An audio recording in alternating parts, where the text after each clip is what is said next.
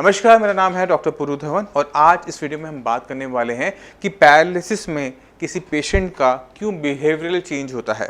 या तो पेशेंट बच्चे की तरह बिहेव करना स्टार्ट कर देता है या फिर वो बहुत ज़्यादा रोना शुरू कर देता है, बहुत ज़्यादा सेंसिटिव हो जाता है। तो ऐसा क्यों होता है किसी पैरालिसिस पेशेंट के साथ और इसे कैसे ओवरकम किया जा सकता है। अक्सर देखा जाता है कि जब किसी पेशेंट को बहुत ज़्यादा गुस्सा आ रहा होता है, बहुत ज़्यादा इरिटेशन हो रही होती है कि वो ठीक नहीं हो पा रहा, तो अपने घर वालों से वो लड़ना शुरू करता है, एक्सरसाइज के लिए मना करना शुरू करता है।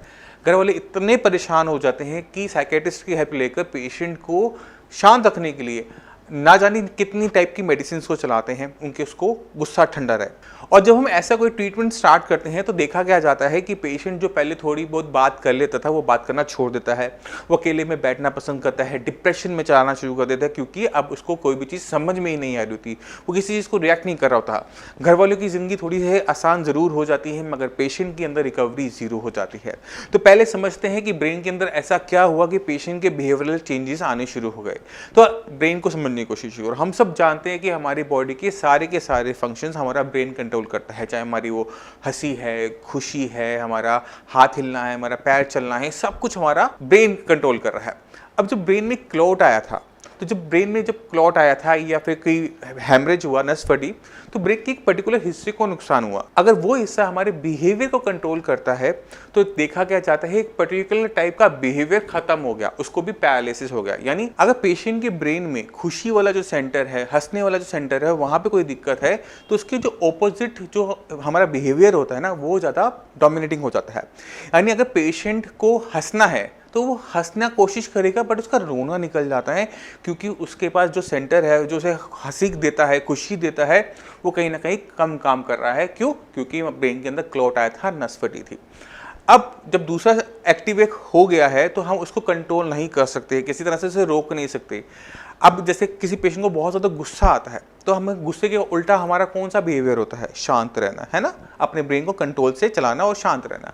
अगर किसी का ब्रेन का अंदर का शांत का या सेटिस्फेक्शन का जो बिहेवियर का जो सेंटर है, वहाँ पे किसी टाइप की दिक्कत हो जाए, वहाँ पे ब्लड सप्लाई प्रॉपर ना हो, कुछ भी दिक्कत हो, तो हमारा जो इरिटेशन है कि किसी भी बात पे गुस्सा आ जाना, हर चीज़ के लिए ऑब्जेक्शन करते रहना, वो ज़्यादा काम करना शुरू कर देता है। रिजल्ट क्या होता है कि पेशेंट को हर अच्छी चीज़ बुरी लगती है। मेडिसिन दे रहे हो तो मुझे नहीं खानी, मुझे जीना नहीं है, मैं छत से छलांग मारने जा रहा हूँ।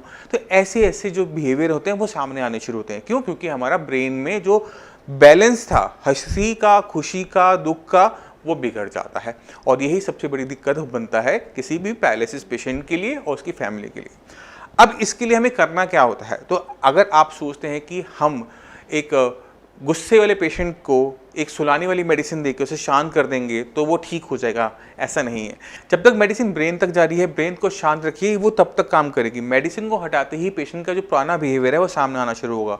क्यों? क्योंकि ब्रेन के अंदर जो चेंजेस चाहिए थे, जो बैलेंसिंग चाहिए थी हंसी की, खुशी की और दुख की, वो नहीं हो पाई है।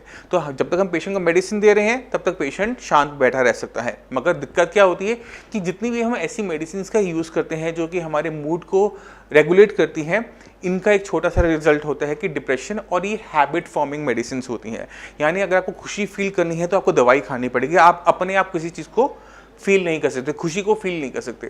तो आपने ध्यान क्या रखना होता है कि हमने इन मेडिसिन से बचना होता है क्योंकि ये हमारे सिम्टम्स को दबा देती है। अगर आपकी बॉडी कोई सिम्टम दे रही है, अगर वो गुस्सा ज़्यादा कर रही है, तो हमें पता है कि वहाँ पर दिक्कत है, हमें दिक्कत को फेस करना है। दिक्कत को दबा देने से दिक्कत जाएगी नहीं। तो हमने पेशेंट के दूसरे ब्रेन का सेंटर जहाँ पे नुकसान हुआ था, जो इरिटेशन का उल्टा है, सुकून देने वाला सेंटर, उसको हमने रेगुलेट करना होता है, उसको थोड़ा सा इम्प्रोवाइज करना होता है।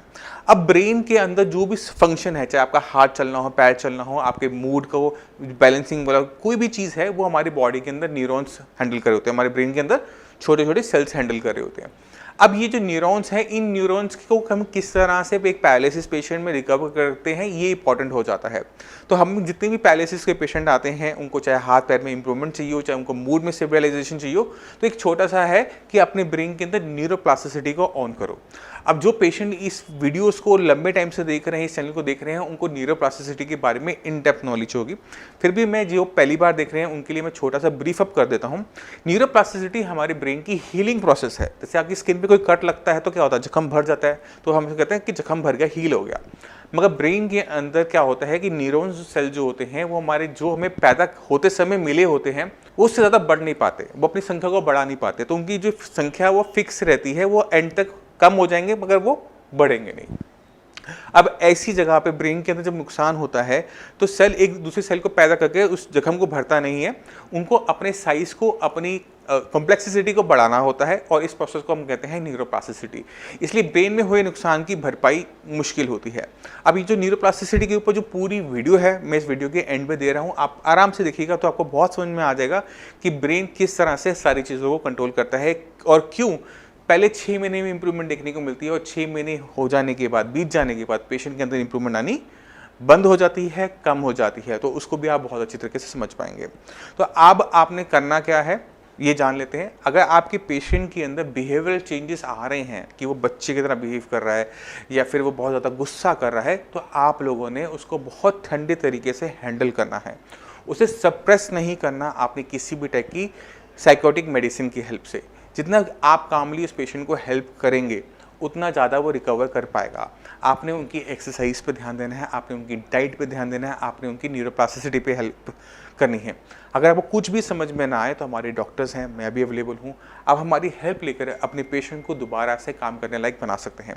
अब मैं जाने से पहले चाहता हूँ कि आप कुछ पेशेंट्स की वीडियोज़ देखें तो आपको बहुत क्लियर कट आइडिया मिल जाएगा कि पैरालिसिस में रिकवरी किस तरह से पॉसिबल है। नमस्कार, मेरा नाम है डॉक्टर पुरु धवन और आज हमारे पास एक पेशेंट ऐसे हैं जिनको क्लॉट आया था राइट साइड में, राइट साइड ब्रेन में क्लॉट आने की वजह से इनका left side of body paralyse हो गया था। कंडीशन कुछ ऐसी थी कि जब हमारे पास आए तो चल तो लेते थे मगर हाथ की जो फिंगर्स थी वो बिल्कुल क्लॉ फॉर्म में थी, बिल्कुल मुड़ी हुई थी, खुलती हुई थी और हाथ उठता नहीं था। तो चलते हैं पेशेंट के पास और देखते हैं कि पेशेंट को कितना इंप्रूवमेंट मिला 1 महीने के साइंस संजीवनी के ट्रीटमेंट से। तो लक्ष्मी जी, आपको ये दिक्कत कब शुरू हुई, कब हुआ था पैरालिसिस का अटैक? मेरे को हुआ था सर होली वाले दिन सुबह 8:15 20 मार्च को। 20 मिनट। और तब क्या दिक्कत हुई थी? तब सर मैं आके सिर्फ काम पे से 8 बजे आके 8:15 बजे खड़ा हुआ था, सिर्फ चाय पी थी मैंने। अच्छा। चाय पीने के बाद मेरे हाथ में और पैर में एकदम सरसराहट सी महसूस हुई। मैं ये चाय लेके आई थी, मैंने चाय पी थी। मैंने उनसे कहा, मेरे को कुछ अजीब सा महसूस हो रहा है। तो मेरे से बोली क्या हुआ? मैंने कहा मेरे को कुछ अजीब सा महसूस हो रहा है। मैंने कहा मेरे हाथ और पैर में चींटियाँ चल रही हैं। अच्छा। तो इतनी देर में तो मैं लड़खड़ा के गिर पड़ा था। अच्छा। तो इन्होंने संभाल लिया। मेरा बेटा था, मेरी बेटी थी, उन दोनों घर। तो स्कूटर पर बैठा के मुझे RML ले गए थे।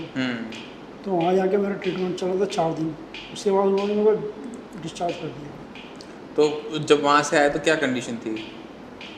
उस समय तो मैं लेफ्ट हैंड साइड पूरी अनकॉन्शियस थी, कोई मतलब मेरे फेस वगैरह पे, आँख वगैरह पे पूरा लेफ्ट साइड हो चुका था। वॉइस भी चली गई। अच्छा, और जब साइंस संजीवनी में आए तो क्या कंडीशन थी? साइंस संजीवनी में जब आया तो मैं चल तो रहा था मगर मेरा हाथ काम नहीं कर रहा था। हाथ की क्या कंडीशन थी, थोड़ा सा बताओ। हाथ की मेरी कंडीशन, हाथ मेरा पहले इतना उठता था और मुड़ा रहता था। कैसे मुड़ा रहता था? फिंगर मेरी ऐसे मुड़ी रहती थी। अच्छा, अब पूरा हाथ उठाओ। अब मेरा हाथ ऊपर उठता है और फिंगर मेरी सीधी हो गई। अब चीज़ों को पकड़ने में दिक्कत तो नहीं होती? नहीं। पकड़ो, पेन उठाओ उल्टे हाथ से। पहले कर पाते थे इसको? नहीं, पहले नहीं कर पाते थे। अब कितने टाइम में ये हुआ? 1 मंथ से 1 महीने के अंदर ही सारा सुधार हुआ। तो आपने खुद देखा कि पेशेंट के अंदर वो चेंजेस जो चाहिए होती हैं, जो उसकी इम्प्रूवमेंट रुक जाती है, वो शुरुआत करने के लिए हमें हाथ पैर की मसल्स पे काम नहीं करना पड़ता, हमेशा पेशेंट की ब्रेन पे काम करना पड़ता है, क्योंकि वहीं पर क्लॉट आया था, वहीं पर डैमेज हुआ। जब तक हम ब्रेन पे काम नहीं करते पेशेंट के हाथ पैर में कभी भी पावर नहीं आती। जो रुकी हुई इंप्रूवमेंट थी, जो रुकी थी, जो हाथ में मूवमेंट नहीं थी, उंगलियां मुड़ी हुई थी, वो सिर्फ 1 मंथ के ट्रीटमेंट में पेशेंट की कंडीशन कुछ ऑलमोस्ट नॉर्मलाइज हो गई है। अभी 1 महीना हुआ है, अभी हम थोड़ा सा और आगे चलेंगे, 2-3 महीने का कोर्स करेंगे, उसके बाद मुझे नहीं लगता कि आपको और ट्रीटमेंट लेने की जरूरत पड़ेगी। डॉक्टर साहब मुझे कोई दिक्कत नहीं है, 6 महीने की दवाई खा लूँगा मगर मुझे सही होना है। अच्छा, ठीक है। चलिए, इतना लंबा तो नहीं जाएगा आपका, क्योंकि काफ़ी अच्छी इंप्रूवमेंट हो चुकी है। जितनी इंप्रूवमेंट इस महीने आई है इतनी अगले महीने आ जाएगी, तो आप ऑलमोस्ट हो चुके होगे। अभी सुनने में आया आप बाइक से आए हो, बाइक चलाकर आए हो। पिछले महीने बाइक चलाते थे? नहीं चलाता नहीं, बेटे के साथ में। बेटा मेरा कितने टाइम के बाद आपने बाइक चलाई है? 4 महीने। 4 महीने बाद, ठीक है। इनमें बहुत तेज़ी से बहुत अच्छी इंप्रूवमेंट आने का एक रीज़न ये भी है कि इनकी जो डैमेज हुआ था उसको भी बहुत ज़्यादा टाइम नहीं हुआ था। अगर ये पेशेंट 6 मंथ के बाद आता तो उसमें इंप्रूवमेंट धीरे धीरे होती। क्योंकि ये अपने उस टाइम के अंदर है जब ब्रेन के अंदर डेवलपमेंट हो रही होती है, तो ज़रा सा भी हम उसको पुश करते हैं तो वो तेज़ी से इम्प्रूवमेंट दिखा देता है।